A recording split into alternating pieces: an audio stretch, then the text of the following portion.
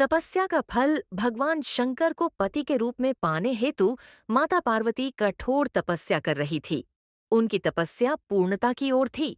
एक समय वह भगवान के चिंतन में ध्यान मग्न बैठी थी। उसी समय उन्हें एक बालक के डूबने की चीख सुनाई दी। माता तुरंत उठकर वहां पहुंची। उन्होंने देखा एक मगरमच्छ बालक को पानी के भीतर खींच रहा है। बालक अपनी जान बचाने के लिए प्रयास कर रहा है तथा मगरमच्छ उसे आहार बनाने का। करुणामयी माँ को बालक पर दया आ गई।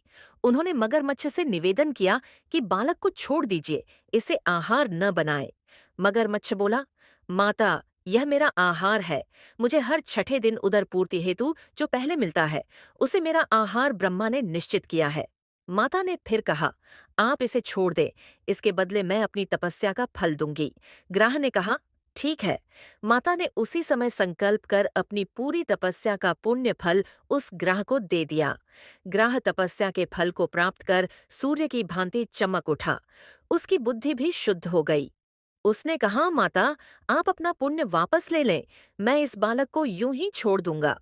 माता ने मना कर दिया तथा बालक को गोद में लेकर ममतामयी माता दुलारने लगी। बालक को सुरक्षित लौटाकर माता ने अपने स्थान पर वापस आकर तप शुरू कर दिया। भगवान शिव तुरंत ही वहां प्रकट हो गए और बोले, पार्वती, अब तुम्हें तप करने की आवश्यकता नहीं है।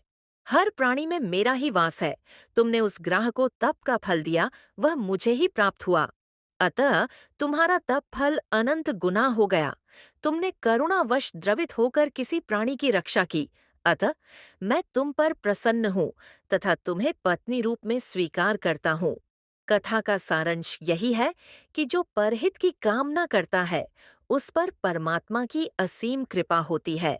जो व्यक्ति असहायों की सहायता, दयालु प्रेमी करुणाकारी होता है, ईश्वर उसको स्वीकार करते हैं।